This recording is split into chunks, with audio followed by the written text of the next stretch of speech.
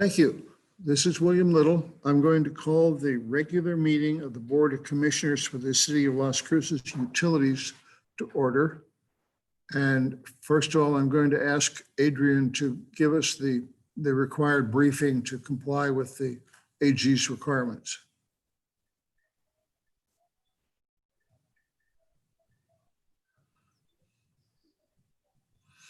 That's Adrian Guzman.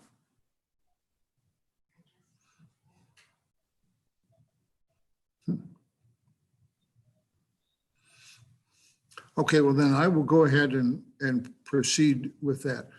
This meeting is being conducted remotely, and it is also being live streamed on YouTube. In order to comply with the open meetings aspects of this new way of doing business, everyone needs to remember to identify themselves when they begin to speak, and any votes that we take during the meeting will be by roll call. And if for some reason the link to the outside world fails, we will have to suspend the meeting until that link is reestablished.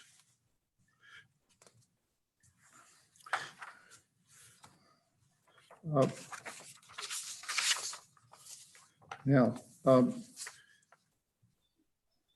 we have a brand new city manager this week, and is he on the meeting today? I don't think so. We will give him a chance to introduce himself when he does join. The next order of business is the conflict of interest. Is there any member of the board or any member of city staff who has any conflict of interest with any item on the agenda? No. None. And we're going to have to do it by name. Commissioner Archuleta. No. Commissioner Bencomo. None. Commissioner Carmichael. No. Commissioner Hardy. None. Johnson.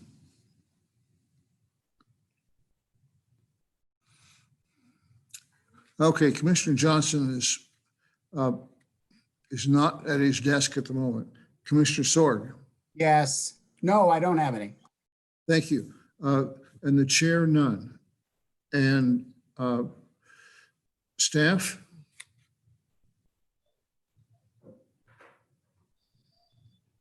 No, sir, nothing from staff. This is Delilah Walsh. Thank you.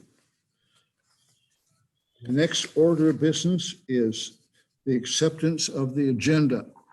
Can I have a motion to accept the agenda? Move to approve. Thank you. That's Sorg. Second, Carmichael. Thank you. Any additions or corrections to the agenda? Hearing none.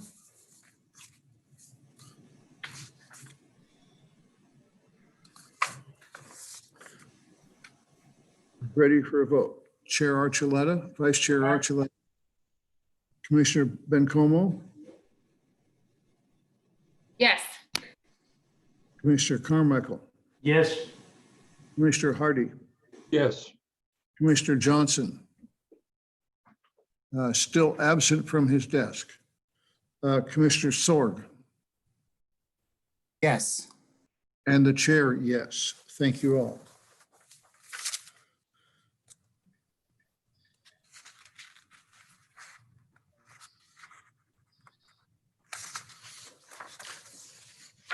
Okay, next item of business is public participation. Were there any email messages from the public? Delilah Walsh, Interim Director. Mr. Chair, no, we do not have any. Thank you so much. The next item is the administrative report. Go ahead. Good afternoon, Chairman Commissioners. This is Sid Provencio, Deputy Director of Business Services.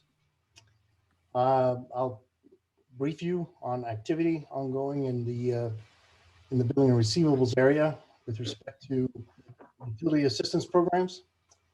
The current slide and the following slide provide the activity for the month of August. And the numbers pretty much present the level of activity at this point. And if I could ask the next slide be forwarded. The information here presented is the remaining programs, especially topic of interest, is the Casa de Peregrinos Assistance Fund.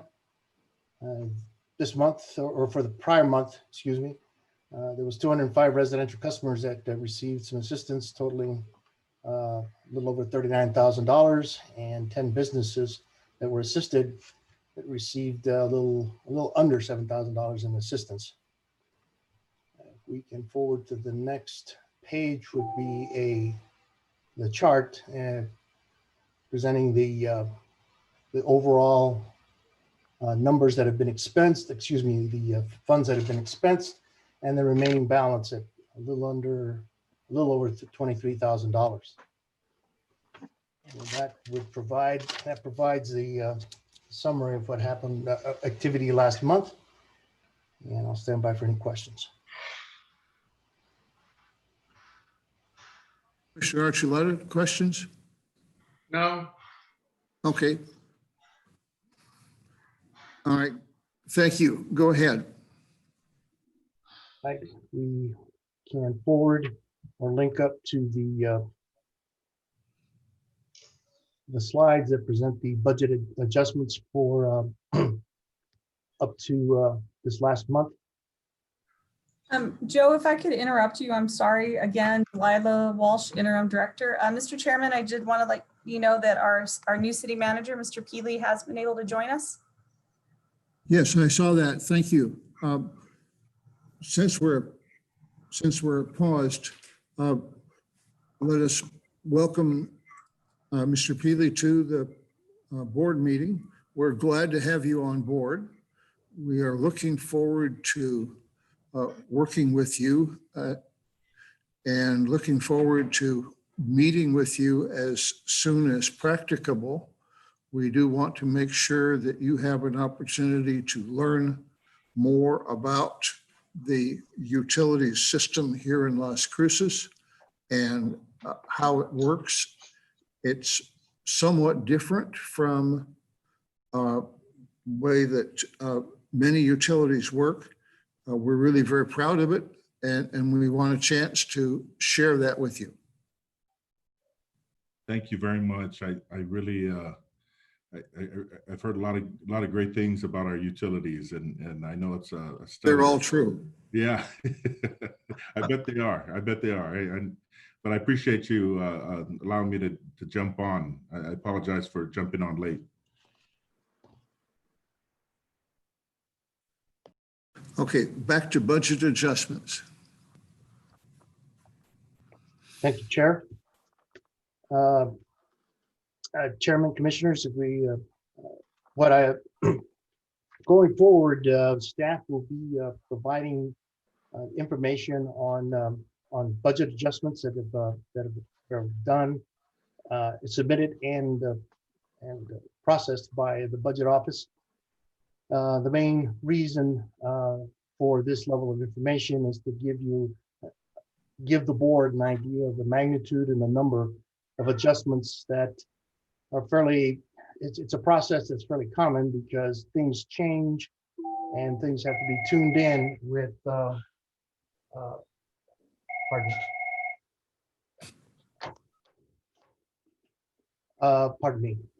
that track any changes to the original budget that was passed earlier for this fiscal year. The adjustments are done on a quarterly basis, again, by the budget office. And there's a number of them, and the information pretty much provides the magnitude in the dollars and the reason for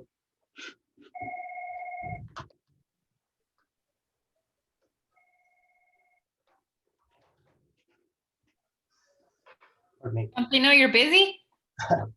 Well, I didn't forward it. That's my fault. Let me pick up where I left off. It provides the activity by each one of the operating groups, and with the information that's presented, I'll stand by for any questions, specific questions that you may have on these budget adjustments. Oh yeah, one more item, excuse me. The number that we have here is pretty much, it's a catch-up mode in terms of at the start of the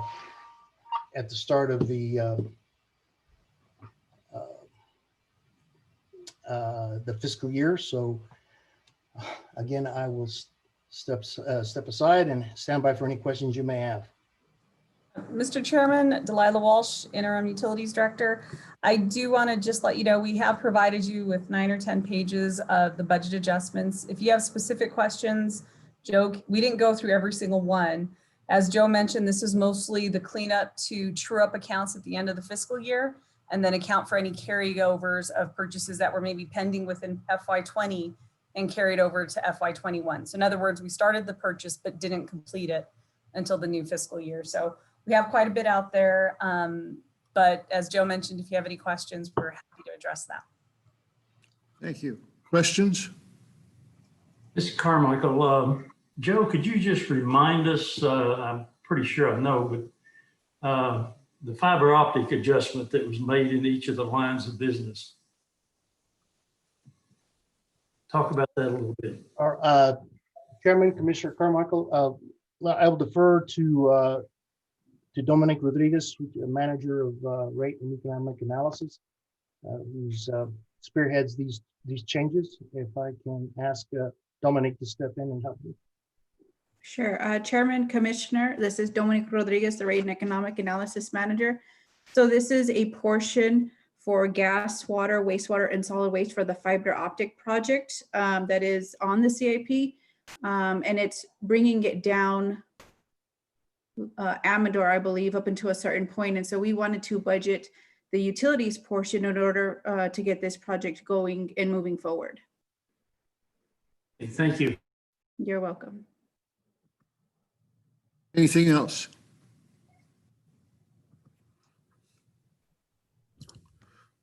Okay, go ahead.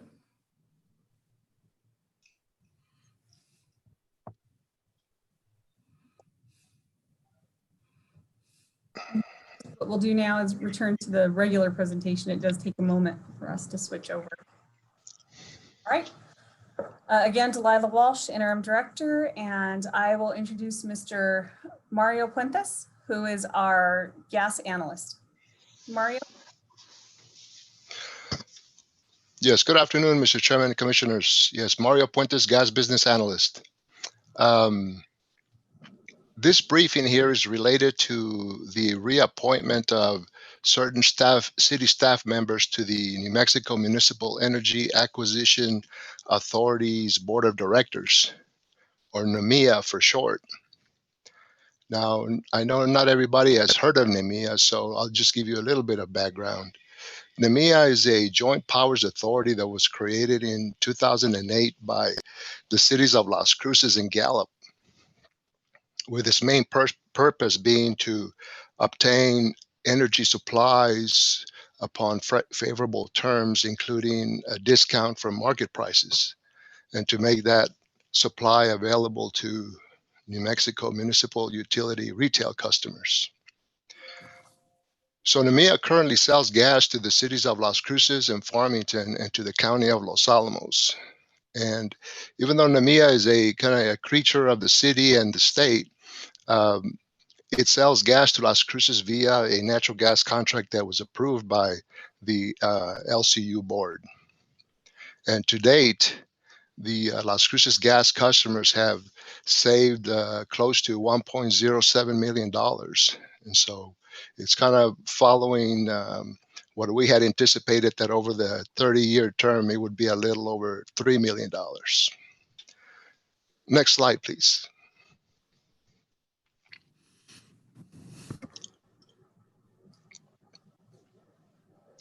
So the joint powers agreement of NMEA stipulates that NEMIA be governed by a 7-member board of directors, with Las Cruces, Gallup, and Farmington each represented by 2 directors, and Los Alamos gets to appoint 1.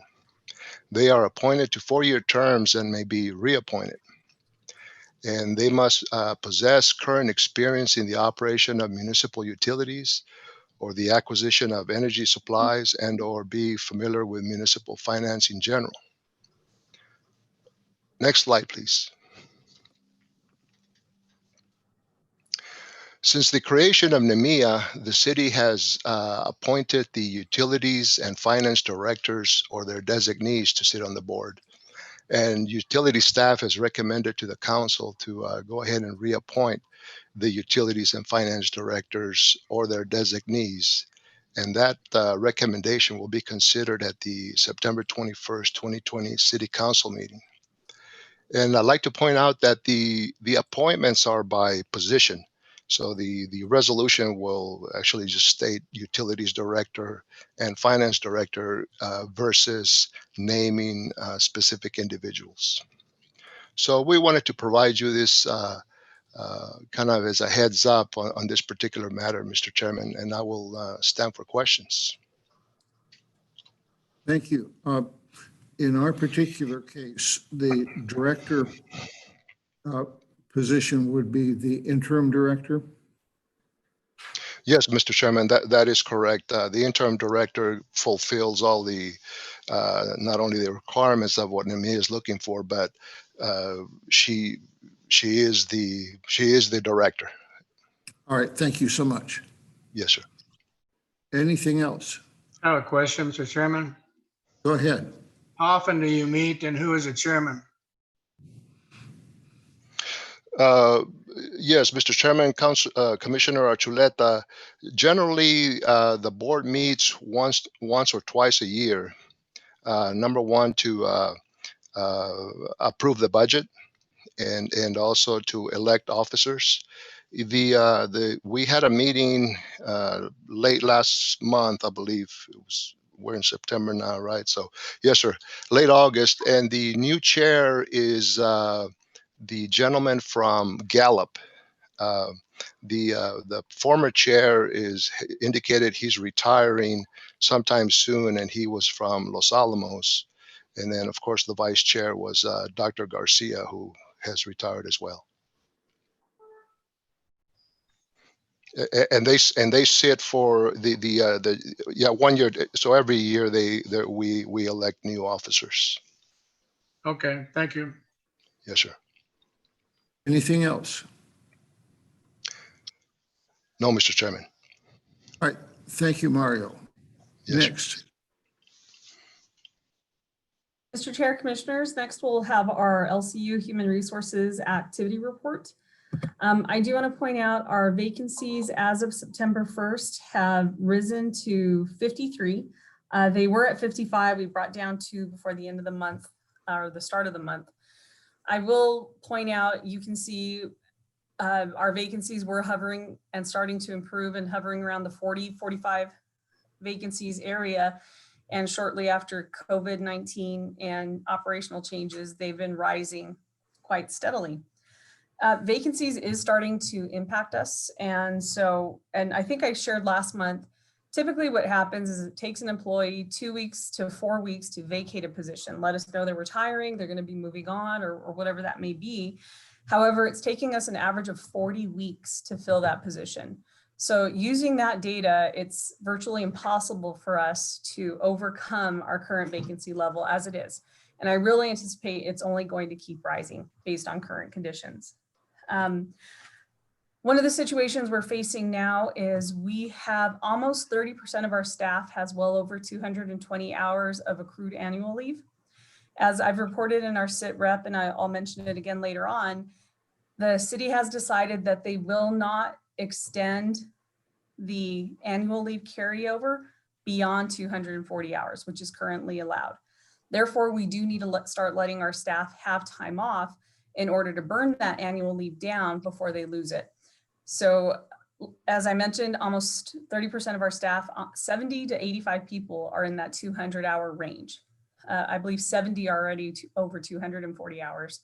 So with that, I've advised the deputy directors, if we need to, in order to keep up operationally, we can start hiring temporary staff. The reason being, it only takes us 2 weeks to hire a temp staffer versus 40 weeks to bring in a regular FTE. So long as that temp staffer is not replacing an FTE, and what I mean by that is that the FTE, it's only a short-term situation until we get that position filled, we can do that with temporary staff.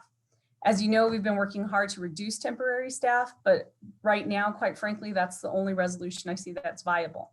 Temporary staff is not the only solution because, as you know, we have highly qualified skilled sets as well as certification requirements in many of our lines of business, particularly in water, wastewater, and gas. Even with solid waste, we have to have a CDL driver, and it takes about 80 hours of training on the equipment before we can let that driver out on the road. So it's not a great solution, but it is a solution. In addition to that, we've been keeping up operationally. Our overtime is excessive. And I don't mean it's excessive in the fact that it's unaffordable for the utility. Obviously, with the vacancy savings, we can afford. And even last year with as much overtime as we had, we came in under budget with operations just slightly, but we are using overtime.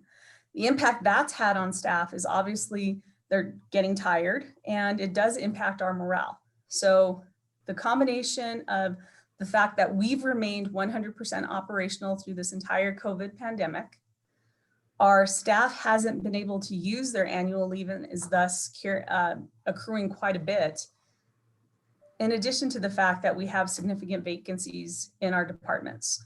All those combined are taking a toll on our staff at this point. There may be operational effects as we start to allow them to have leave, in the sense that we may not be able to address leaks as fast or new connections as fast or field inspections as fast as we do today. So the one thing I want to first emphasize is operationally, we're doing great. We're keeping up, but we're doing that on the backs of our staff because we're unable to give them that relief that they need by filling those vacancies. The chart on the right will show you our progress, or at least the net change in vacancies within our lines of business. Nothing much has changed since last month. Obviously, we've seen more success in improving the changes in water. We are finally seeing processes move forward in gas, and it's just a matter of getting that workflow done faster rather than later. Regarding The commissioners have to go out there and help out. we may be getting to that point. I hate to be facetious, but I mean, it feels that way some days. Carmichael, I have a question. Delilah, didn't we have pretty good assurance at one time that we would be able to have some kind of carryover? Carryover of leave. Oh, thank you, Commissioner Carmichael. Mr. Chair, Commissioner, we had been asking that through our situation report. However, based on the potential liability faced by the city, so for a brief explanation, when you express on your financial statements a liability such as leave, meaning that at some point the city has to pay out that leave, whether it be during the year or at the end of an employee's employment, i.e. they retire, that is a liability we carry on our books. So the city as a whole cannot afford to express such a large liability with that much leave on the books. And so it is better for us to burn it off. And I believe Interim City Manager David Maestas has raised his hand, and he may be able to expand on that because that is an executive decision at the City Hall level. Mr. Maestas, go ahead. Yes, thank you, Mr. Chair. Thank you, Delilah, for sending that over for me for additional discussion on there. Utility Commissioners, I am David Maestas. Technically, I think my title is Advisor to the City Manager at this time, so we will go by that title for this discussion. With respect to carryover, the carryover that we had been talking about previously in other discussions was specific to the extraordinary leave that had been offered to staff. Extraordinary leave had been offered to all staff, but in some instances, and as Delilah has been pointing out, a lot of utility staff was not able to take that leave or utilize that leave. So we said that in order to remain fair, everybody would still be able to and have access to that leave if they have not used it. So that one, we are still allowing staff to carry it over. If they have not used the leave, the extraordinary leave yet, they will be able to take that into the next calendar year and utilize it at different opportunities throughout the year. However, as Delilah pointed out, for the annual leave itself, carrying over more than the 240 does continue to have a liability for the city. And it's something that has never been offered through any of the years. So we're just maintaining consistency with that as well. Again, the one difference that we have caused by the pandemic was the extraordinary leave, and that one will be allowed to be carried over. Thank you. Okay, thank you for that explanation. I believe that the board would say we are disappointed with that decision. I have one question, and then Commissioner Johnson is next. Earlier this week, there was a press release that the city was going to award a one-time payment for frontline staff. And I am presuming that that includes utility staff. Is that true? Mr. Chairman, Commissioners, Delilah here. Yes, sir. We are considered part of the critical infrastructure staff. And when the city management had reached out in April to identify those employees who continued to report to work, which was pretty much the entire utility, I think we had a handful of people who were able to work remotely 100%. But we were included in that evaluation and with that list. Thank you. Commissioner Hardy? No, sorry, Commissioner Johnson. Okay, I had the same question because the press release doesn't mention utilities in any shape, way, or form. And sir, that is correct, Commissioner Johnson, Mr. Chairman. We are critical infrastructure staff, and that was the definition under the federal rules. But the press release just doesn't mention it. Correct. Once again, we're an invisible profession. Okay, go ahead with the profession, with the hiring. Thank you, sir. As you know, our own goal within the strategic business plan is to fill our vacancies within 6 weeks. HR's goal within their strategic business plan is to do that within 10 weeks. But as I explained earlier, and as you can see by these charts, the weeks in process is only growing. And right now we're averaging 40 weeks to get a position filled.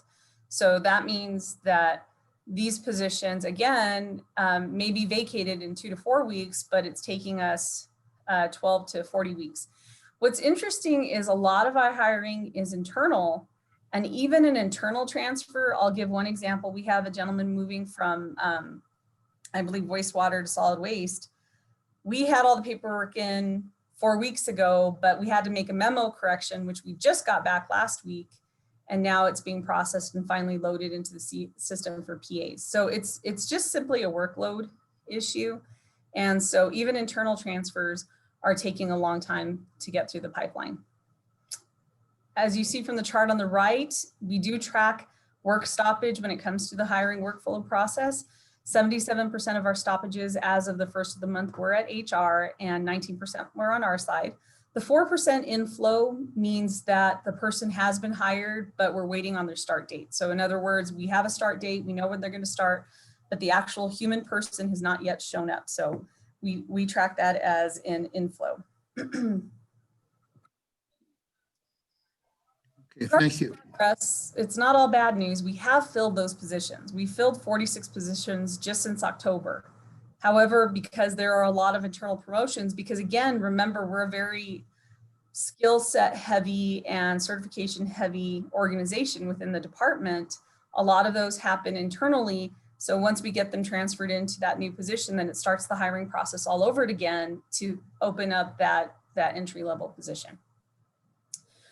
Within those delays, we are still awaiting 5 reclassification requests.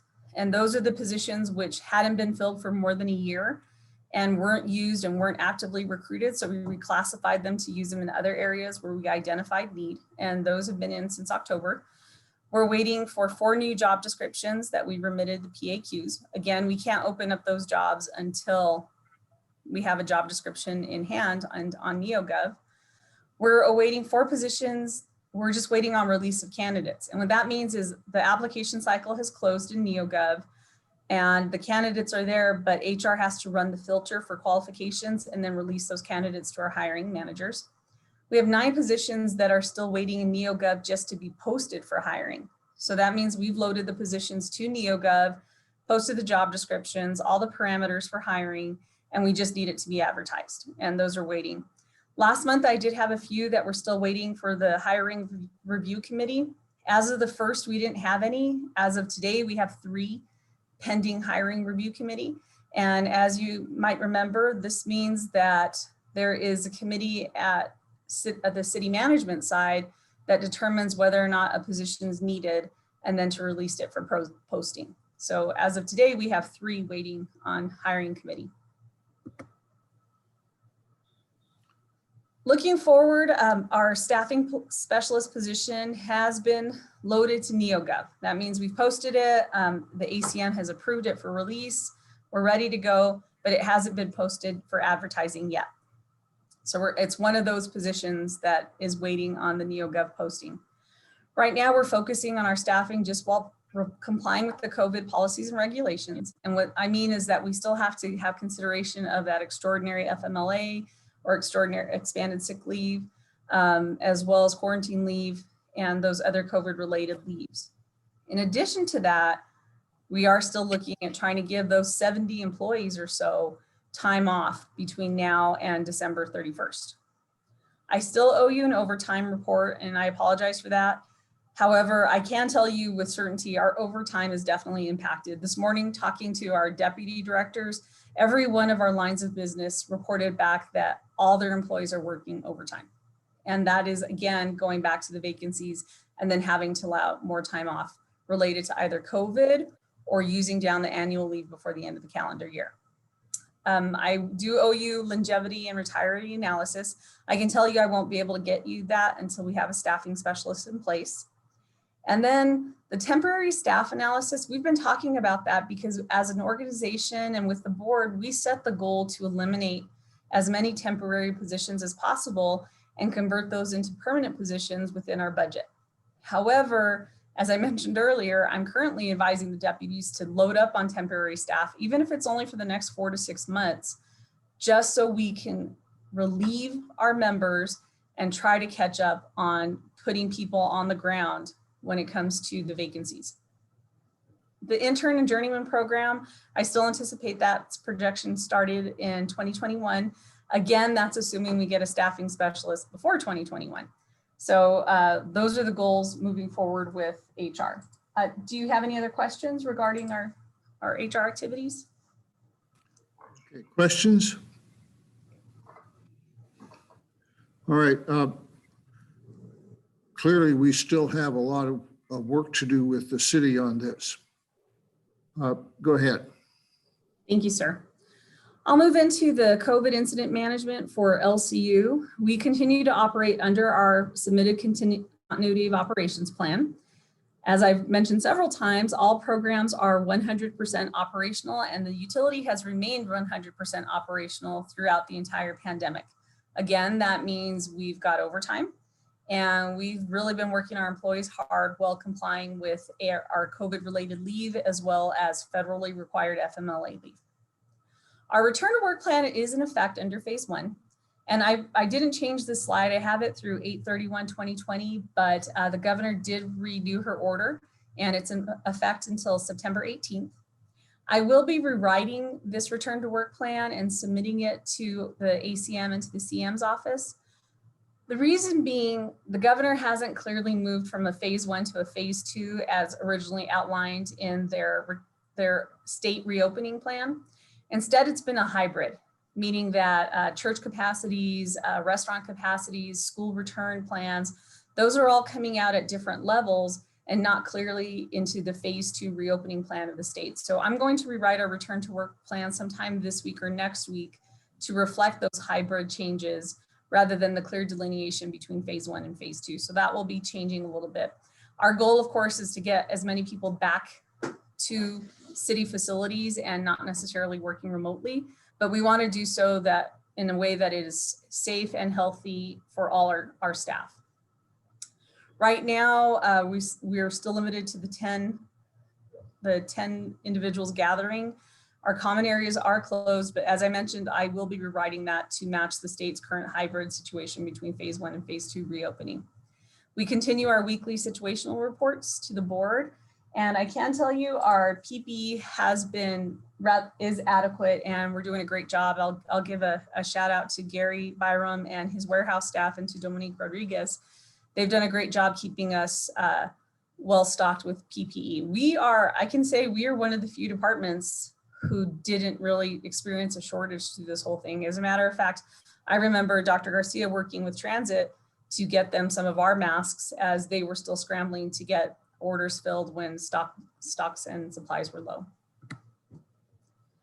On the staffing side, we're complying with all federal acts. We are averaging about 2 associates a week out for one of these COVID-related leaves. We have been working with staff as LCPS students remain virtual students for the first 9 weeks of school. My understanding is hopefully K through 5 will return to school after the first 9 weeks. The city of Las Cruces has created a really great program through the Parks and Recreation Department, which we've shared with our employees. So they have teen learning sites as well as the youngster learning sites, so the K through 5 students that they're making available at recreation facilities. And that is a free service they're offering, so kids can attend their online Zoom classes in LCPS while having facilitators available to help with tutoring. So it's a tutoring session where they can actually attend their online courses with an adult or with a tutor helping them out. So that's been a really great benefit, and we have shared that with all our employees. I believe the registration deadline is today, or at 5:30 today. Any COVID positive cases are quarantined pursuant to NMED regulations as well as state orders. We are continuing our increased sanitization of the common areas, and Eli Duran and his staff have done a great job. We've got several temporary staff members who are doing that. I don't anticipate we'll be changing that anytime soon. I'd imagine we're going to have that increased sanitization well through the winter months. As I mentioned before, the excessive paid leave accrual of above 24 hours, 240 hours will not be expanded. And as Commissioner Johnson and Mr. Chair had mentioned, the City Council did approve the $500,000 one-time extraordinary leave payment. There is no policy yet. The only thing the council approved at this point was transferring from the Telshore Fund into the city's general and operational funds to make those payments. But how that payment will happen or what pay codes will be used or what methodology or what amount is not yet fully established. It's only estimates. I believe during the council meeting, they mentioned about 800 employees would qualify under the standards presented to the council. So, but there is no policy yet, and we are included with that group. Do I have any questions on our COVID response? Questions? Mr. Chair, Steve? this is Commissioner Sorg. Yeah. Delilah, has there been any employees hospitalized from COVID-19? Commissioner Sorg, Mr. Chairman, no, we have not. All the employees that we've had test positive, and it's only, I would say less than 5 that we've had in the entire utility test positive, they've all been asymptomatic and really weren't experiencing any symptoms or illnesses. Okay, thank you. Okay, thank you. Go ahead. All right, next on our report is the water litigation. And as you know, with the Texas v. New Mexico lawsuit and update, Jay will be here next month to give you an update of what's happening in that litigation during our closed session. Our federal litigation on Griggs Walnut, we did receive our payment, the $6.2 million from the Guard, and we've issued out our $1.2 million payment to the EPA. And in actuality, I'm going to turn over and defer this to Adrian Widmer to give you a better update of where we are on our litigation, water litigation. Mr. Chairman, Commissioners, thank you. Adrian Widmer, Deputy Director for Water. We're very excited because the consent decree was signed July 30th, 2020. So we no longer have litigation with the federal government. We do, however, have some additional cases going forward in regards to some other plaintiffs that we believe that need to be pitching in. We have completed some additional mediation, so we're really happy about that. So right now with Briggs Walnut, it is now just a project that we're going to go in there and continue to do the work. And we'll do our annual reports and make sure that it is functioning as was designed and expected. And we hope here in about a decade that we are going to be done with Briggs Walnut. I think it's really an exciting time for Briggs Walnut. And if you have any questions, let me know. Questions? Okay, seeing none, go ahead. All right. Mr. Chairman, our next item is regarding a donation from Johnson Controls, Inc. And we actually have Dominique Rodriguez online. She's our rate and economic analyst manager, as well as Mr. Harry Romine with JCI. So Dominique, I'll turn that over to you.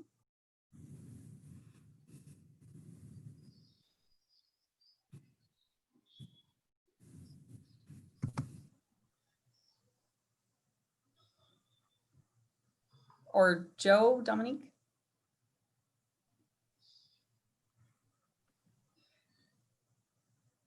I'm not sure what happened to Dominique, but I can certainly sit in. Chairman, Commissioners, Jose Provencio, Deputy Director, Business Services.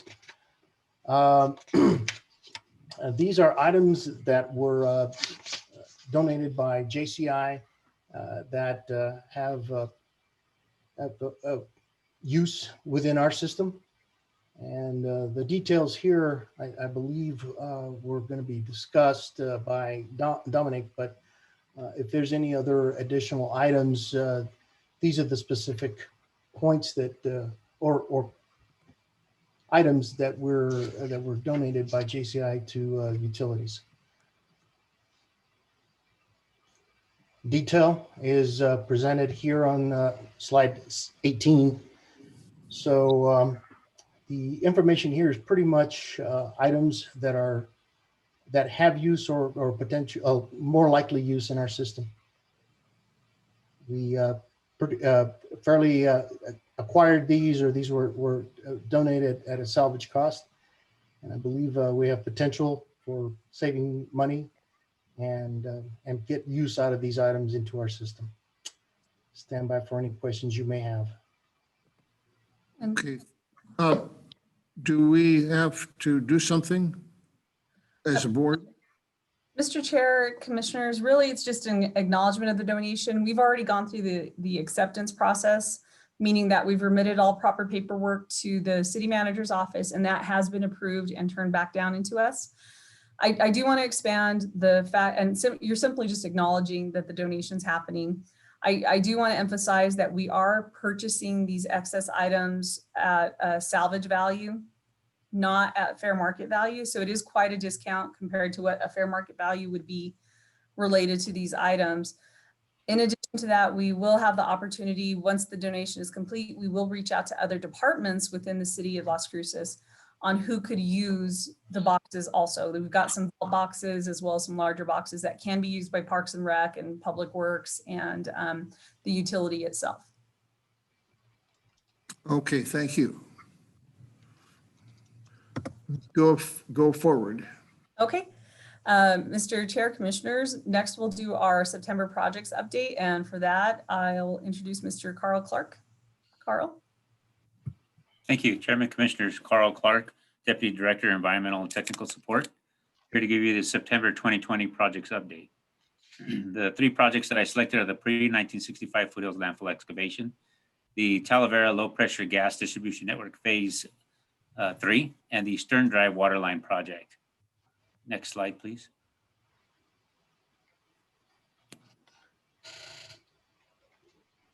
So the first project, the pre-1965 Foothills landfill excavation project, There are several contracts here that are part of this project that we had to bring together in order to move forward with this waste excavation site. The list of the contracts are right there in front of you. The total combined contract cost is 1.3 million. The contract time is 227 work days for this project with a start date of March 18th, 2020. Estimated construction completion date of February 26th. As you're well aware, I have been telling you about this project monthly. We've pushed this out, and the reason being is because we've had to move into screening the material with what we call a flip screen in order to remove a lot of the sand material, so we don't deliver sand to the Cottonwood landfill and deliver actual waste. I enclosed a couple of photos there. The very lower right photo is the area number 2. That's actually screened material there. So we have quite a bit of the waste material that gets hauled away. That's hauled away every Friday. About at least, I think about 10, up to 10 trucks can end up moving that material out of there. So we do have a reduction in number of truck hauls that we're doing out there because we are screening the material at this time. So percent complete is 50% in regards to construction and 43% in regards to payment. We basically have hauled approximately 23,608 tons of this waste material over to the Cottonwood landfill. Any questions? I did include waste area number 2 there. That's the current waste area we're in. We completed waste area number 3 already. So they're about 50% through the actual waste area with about 20% of the waste already screened. So once completed in waste area 2, we'll move on to waste area number 1. That would be our final waste area for this cleanup effort. Any questions? Any questions? If none, I'd like to move on to the next slide. Please. The next project is the Talavera Low Pressure Gas Distribution Network, Phase 3A. So this is entirely a low pressure gas system installation in Talavera. This is the main installations for Talavera, which I would consider to be north of Soledad Canyon. The contractor, Smithco Construction, contract cost is approximately $3 million. Contract time is 200 working days. Start date was August 10th, 2020, with an estimated completion of May 28th. There are 2% in regards to construction completed, I guess. And then and payment 0. We haven't had the pay app just yet, or the monthly pay request meeting.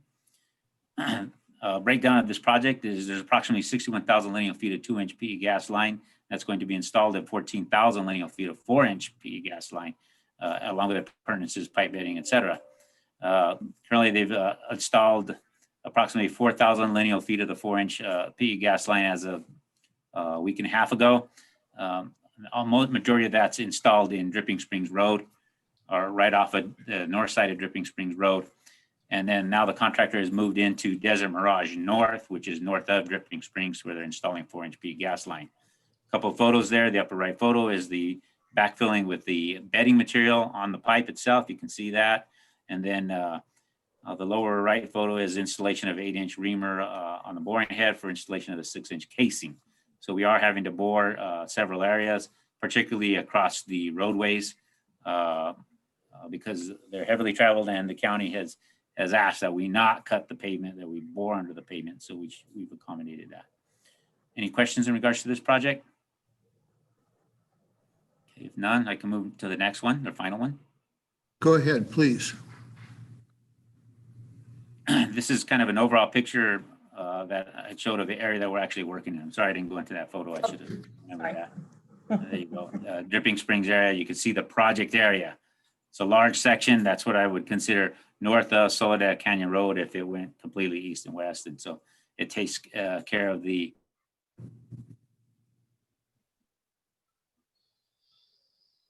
subdivisions under this phase.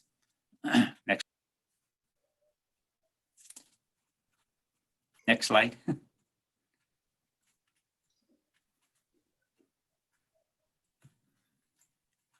Some days it works well and some days it doesn't. There we go. Stern Drive Waterline Project. This is a contract with J29 Enterprises, they're a local contractor, for $116,000. Contract time is 45 work days with an estimated completion date. Actually, we started August 24th, and estimated completion date of October 27th, 2020. They're approximately 2% complete in regards to construction. There's not been a pay request meeting yet, so we have nothing in there for payments at this time. Basically, they're installing 570 lineal feet of 10-inch PVC C900, and then 158 lineal feet of 10-inch ductile iron water line that's attached to the bridge decking there off of Stern Drive. It's an NMDOT bridge, along with the air vac valves and appurtenances.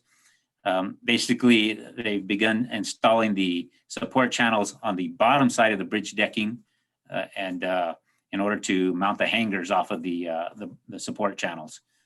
They've already cleared and grubbed the alignment and begun working in the dirt side of that project.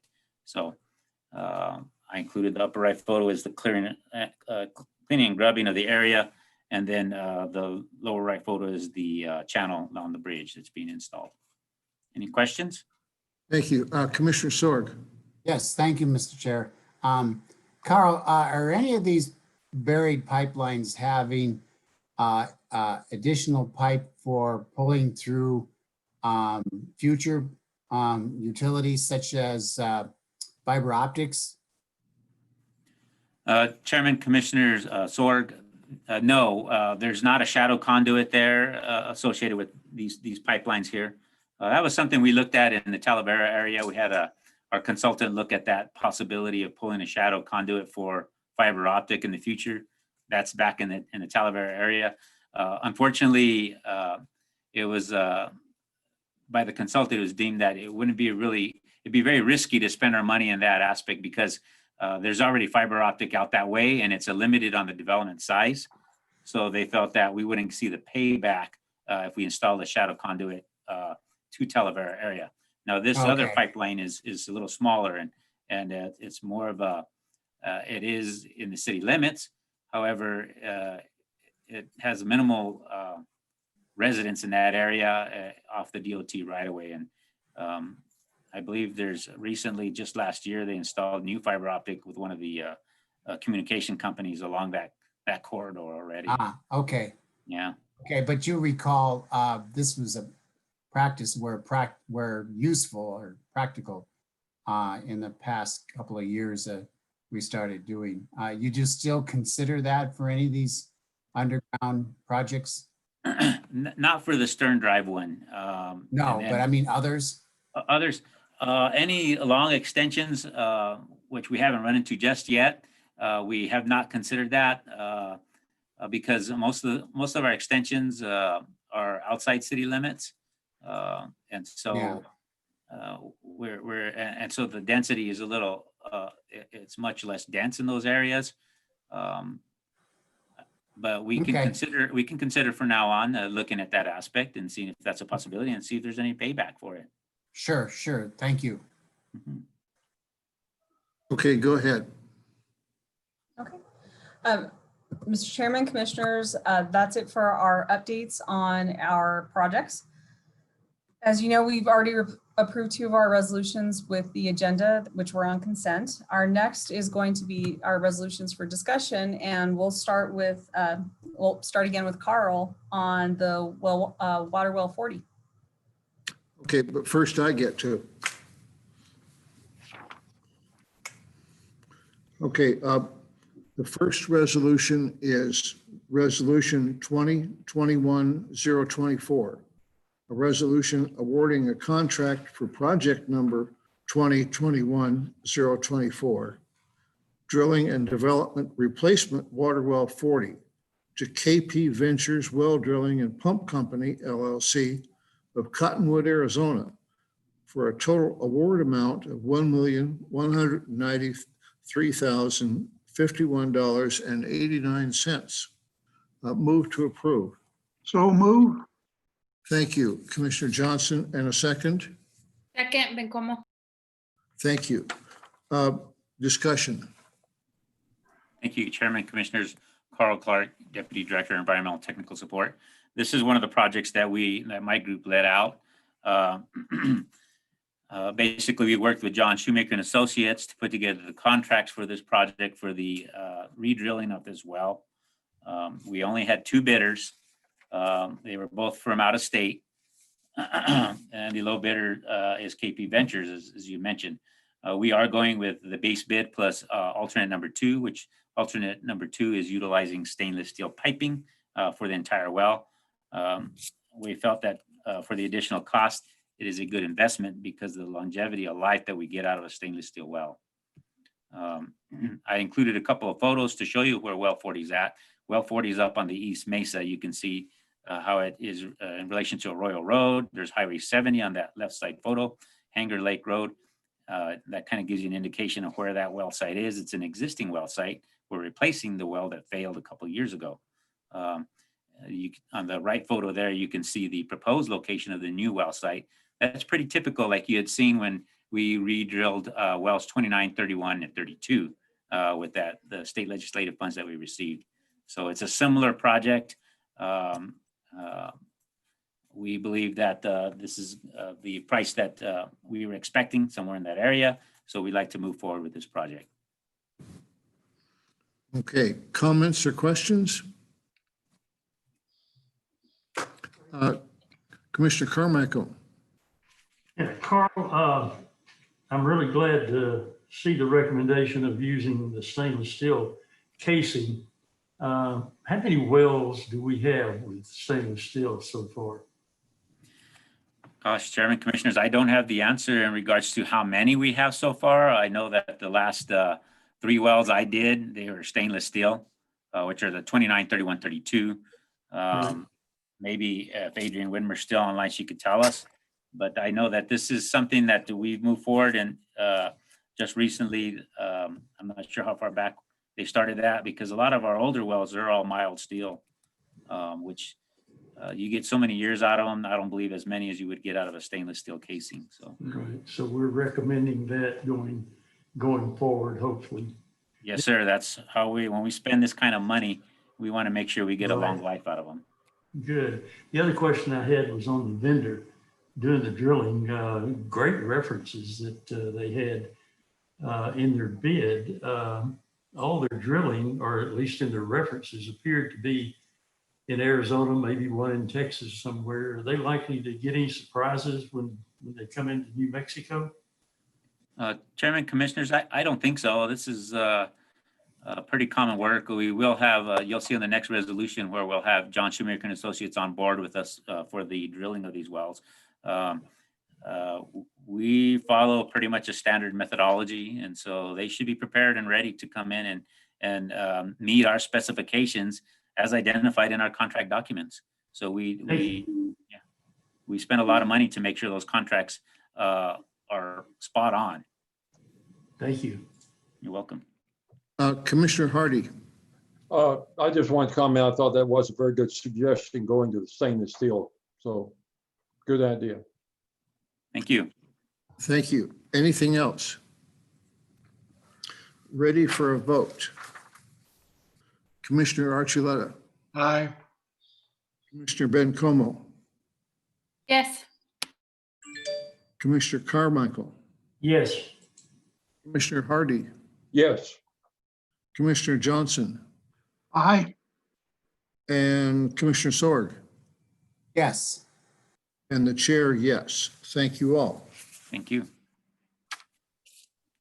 The next resolution is Resolution 2021 LCU 007, a resolution awarding a construction oversight contract to John Shoemaker and Associates, Inc. of Albuquerque, New Mexico, for the drilling and developing replacement Waterwell 40, project number 2021-024, for a total contract amount of $99,483.94. Move to approve. Councilor Sword. Thank you. And a second? Second, Bencomo. Thank you. Discussion. Thank you, Chairman, Commissioners. So this project here, or this contract, goes hand in hand with the previous project I just discussed. We have John Shoemaker and Associates getting on board with us as part of the oversight of this contract. They have the experts that they'll send over, the hydrogeologists that will remain in the field during the well drilling process. As you can see, the scope of work there, it's 8 to 10 hours a day during well driller mobilization, drilling, and final site work. Full-time oversight during well completion. This is important and critical at this time, development and pump testing. So they'll be there as the muds get prepared, ensure that everything meets the requirements. They'll ensure that the well hole is drilled straight. They'll stay on top of the contractor 24/7 as they're drilling along and pulling mud samples, and they'll get some of the screenings. They'll also develop us a nice chart of all the profile of the media or the strata that's in place that the well is going to go into. In the end, we'll get a nice report summarizing all the work that was performed, as well as the interpretation of the test pumping data, so we can, although provides recommendations for maximum pumping rates at those and the pump setting levels for this well. So we like to have them on board. They are the experts. They drill. I'm sure they have well over 100 wells under their belts over there at John Shoemaker's and Associates. So. Okay, thank you. Commissioner Hardy. This for the vote? No, did you not have your hand up? No, let me see if I can get it down. If I did. Did someone have their hand up and I just couldn't see it? I did. I'm trying to. Oh, Commissioner Johnson, go Okay, ahead. now, sorry. Yes, and this is just more of a clarification.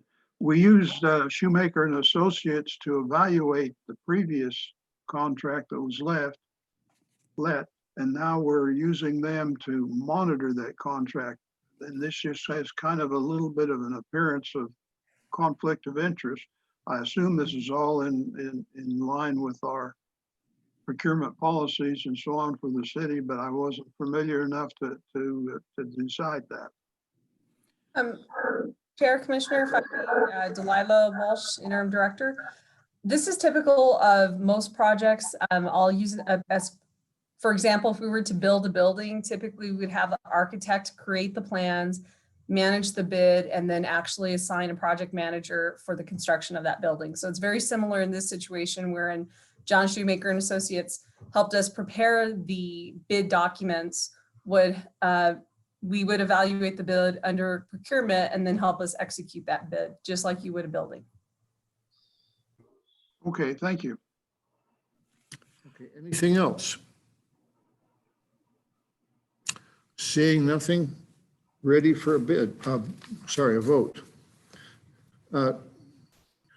Vice Chair Archuleta. Aye. Commissioner Bencomo. Yes. Commissioner Carmichael. Yes. Commissioner Hardy. Yes. Commissioner Johnson. Aye.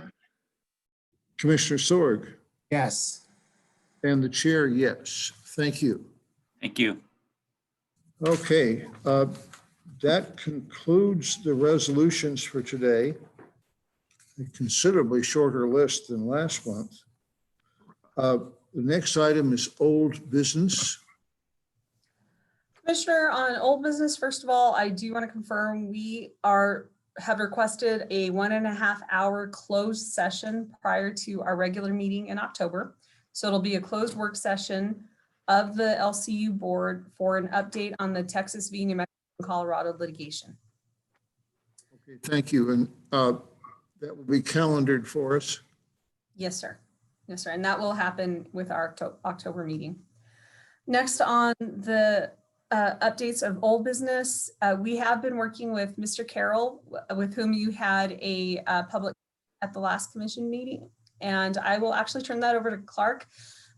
Carl has developed a good scoping report. We're working with Mr. Carroll. And Carl, if you wouldn't mind giving us a brief update. Yes, thank you. Chairman Commissioner Carl Clark, Deputy Director, Environmental and Technical Support. So you all heard from a letter that was read by the board chair last month from Mr. Carroll. So I have intervened with Mr. Carroll and I've had I've been able to meet with him in the field, talk about his issues, and see how we can work with him to correct these issues. And so we are working on setting up an easement for the force mains that we have along Motel.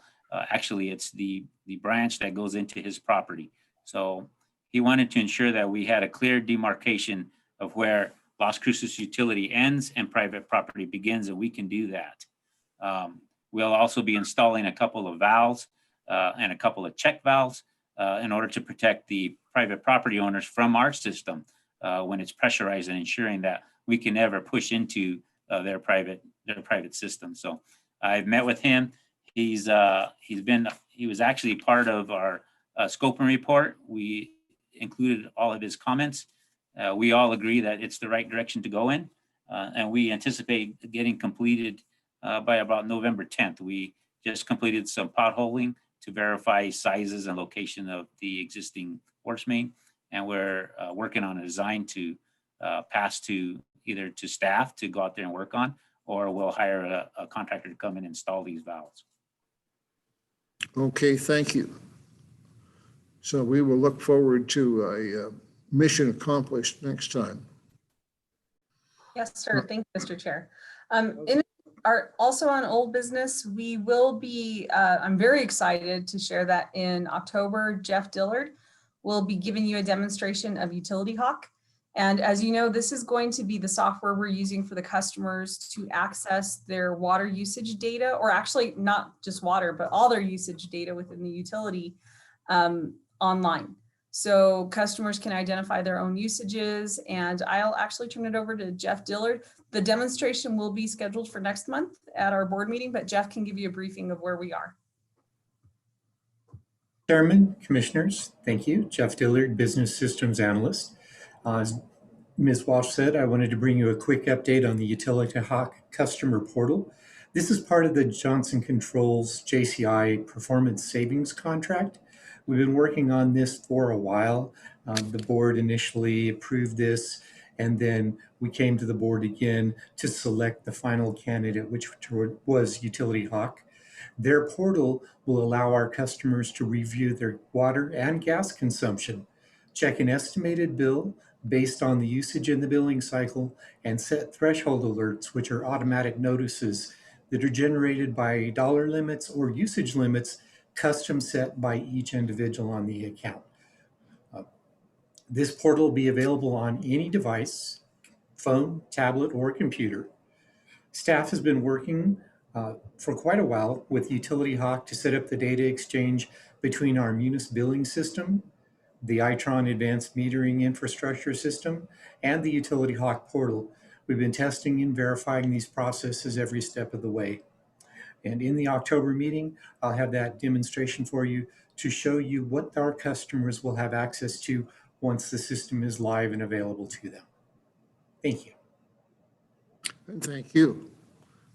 Anything else? Mr. Chair, that's all we have for old business. Okay, now new business.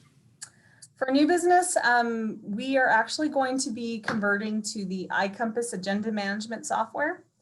And I will turn that over to Alma, and she can give you a better explanation of what's coming.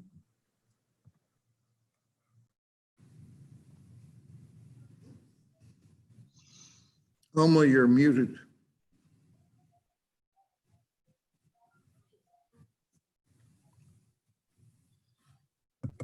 We're gonna do a quick social distancing flip. So Alma's gonna come into my office, and I'll get 6 feet away from her.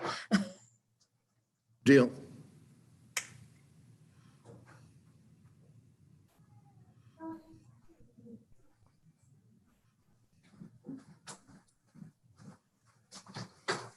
Okay. Alma Ruiz, Senior Office Manager for the record. And the city council started using iCompass, which is a cloud-based program that enables the creation of the resolutions, agendas, and agenda packets to be electronically saved to the cloud. They started using this in February of this year, and they've suggested that the LCU board be the next board to come on live using this program. And this is going to really benefit us because of the resolution approval process. It's going to speed up that process in order for us to get it from beginning to end a lot quicker, and therefore having the agenda packet being able to be sent out as a complete packet. And that is really everything. Another key component is that all of the documentation that is uploaded to iCompass is searchable. It is searchable now the way we send it because we have to do an extra step in the process of doing optimal character recognition, which is OCR, every document. So that's also going to save staff some time in utilizing this iCompass. And our target is to start this process for the November board meeting, giving us a month to kind of get some tests and some training in for staff that utilize this. So we hope that it'll be a smooth transition for the board members when they receive their agenda packets. I stand for any questions. Okay, questions? Alma, this is Ed. Does this involve basically electronic signatures or what? Thank you, Chairman, Commissioner Archuleta. It's actually, it does. It's a workflow, electronic workflow that Right. provides the approval process. Okay, thank you. Sure. Any other comments or questions? Okay, well, we will look forward then to November. Do we get a dry run ahead of time or we just plunge into the deep end? Commissioner, sorry, we switched back desks, Delilah Walsh here. We'll probably just dive right in, but Amla and her staff will keep you up to date on what you need to do or getting access to your documents well ahead of time. And as she mentioned, we do have the benefit that we'll be able to get these packets out quicker through the signature process. So hopefully we'll have some time to play with it with you. All right, thank you. Any other new business? Yes, sir. I'm very, very honored and pleased to announce, and I'm sure you've heard, our city council has recently approved the naming of our new water quality lab to the Jorge A. Garcia Water Quality Lab. So it's obviously a very well-deserved honor, and we're excited to do that with and for Dr. Garcia and with the city council. They had a great resolution based on your own proclamation that we gave Dr. Garcia upon his retirement. So Carl is actually working with the original contractor and architect. So we'll order that lettering, make sure everything's consistent with the new building as well as the building design. What we're planning to do is Carl's going to coordinate getting those letters onto the building, and Alma will coordinate with the city manager's office staff so we can get a very nice resolution printed on the parchment paper and presented in the certificate framing, just as we did for his proclamation. And hopefully we can have an unveiling once that's all complete and invite Dr. Garcia back. So we can call, we're calling it our JAG lab now. So it's the JAG lab. And once we do that, we plan to do something where we can unveil the new name with the board and with Dr. Garcia and with the council. Okay, thank you. Anything else? That is it for new business. All right, next item is board's general discussion. I have some items, but does anyone else?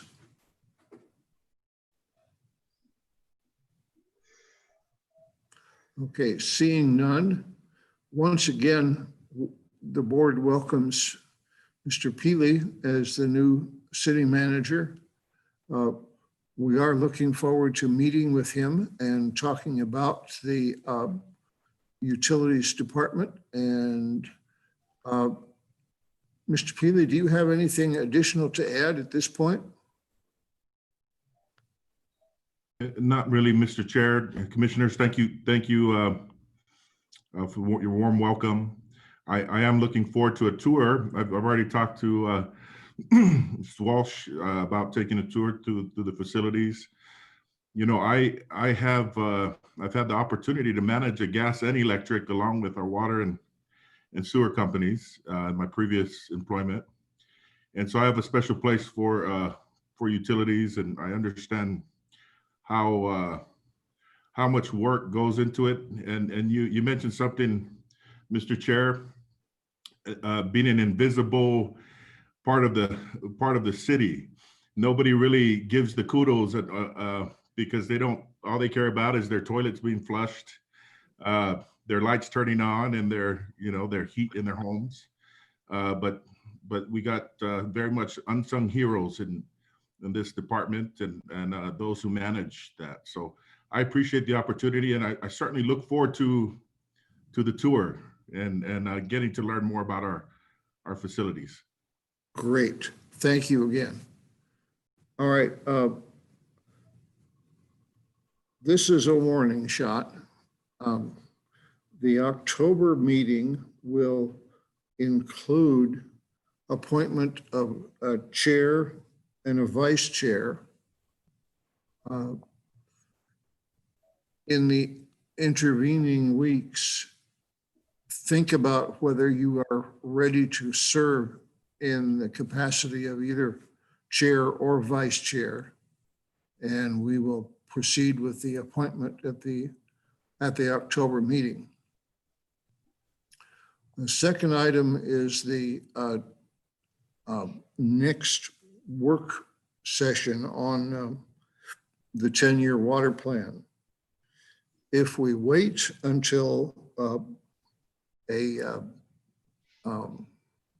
board meeting to have another work session, it will be November at best.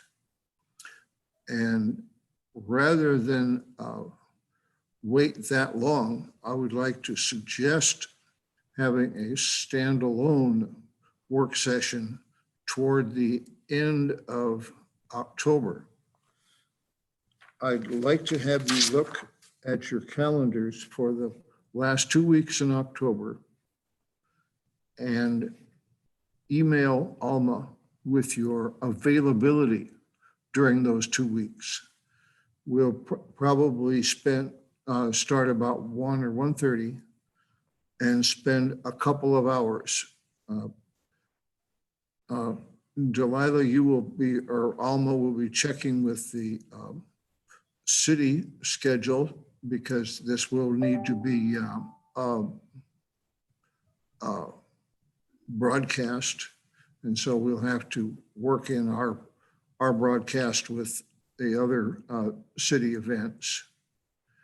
And once Alma tells us what days are jointly available, we'll pick one and go forward from there.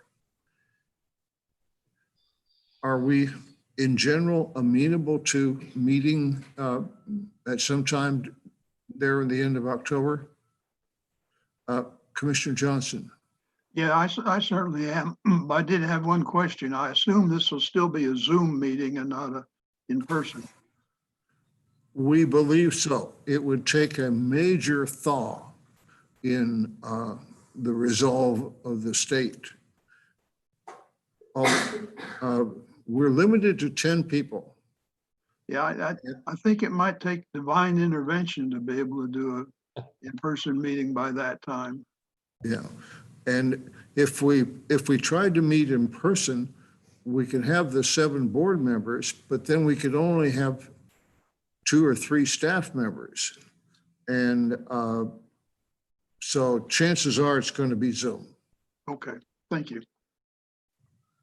Mr. Chair, this is Commissioner Sword. Go ahead. It's possible I might not be available at the end of October. Okay, well, we will miss you. Mr. Hardy.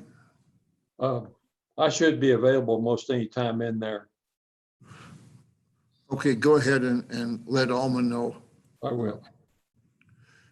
And by the end of next week, Alma will have a read on what days are available, and she can share those with us. And Mr. Chair, if I may, Delilah Walsh here.